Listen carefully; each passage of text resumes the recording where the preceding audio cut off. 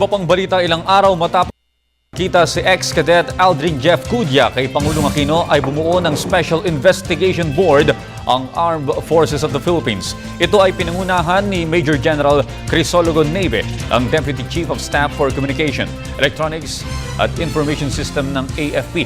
Ayon kay Lieutenant Colonel Ramon Sagala, ang AFP Chief Public Affairs Office, hindi VIP treatment ang ginagawa kay ex-cadet Cudya. Nais lamang na kanilang institusyon na maging patas ang investigasyon, kaya bumuo ng isang komite ang AFP para tumutok sa kaso ni Cudya. Sa ngayon ay hinihintay na ng AFP ang formal na apela mula kay Cudya matapos umalis ng PMA Academy nitong linggo. Ito'y matapos magbigay ng resolusyon ang PMA Honor Code Committee na si Cudya ay dinismiss at guilty for violation ng Honor Code.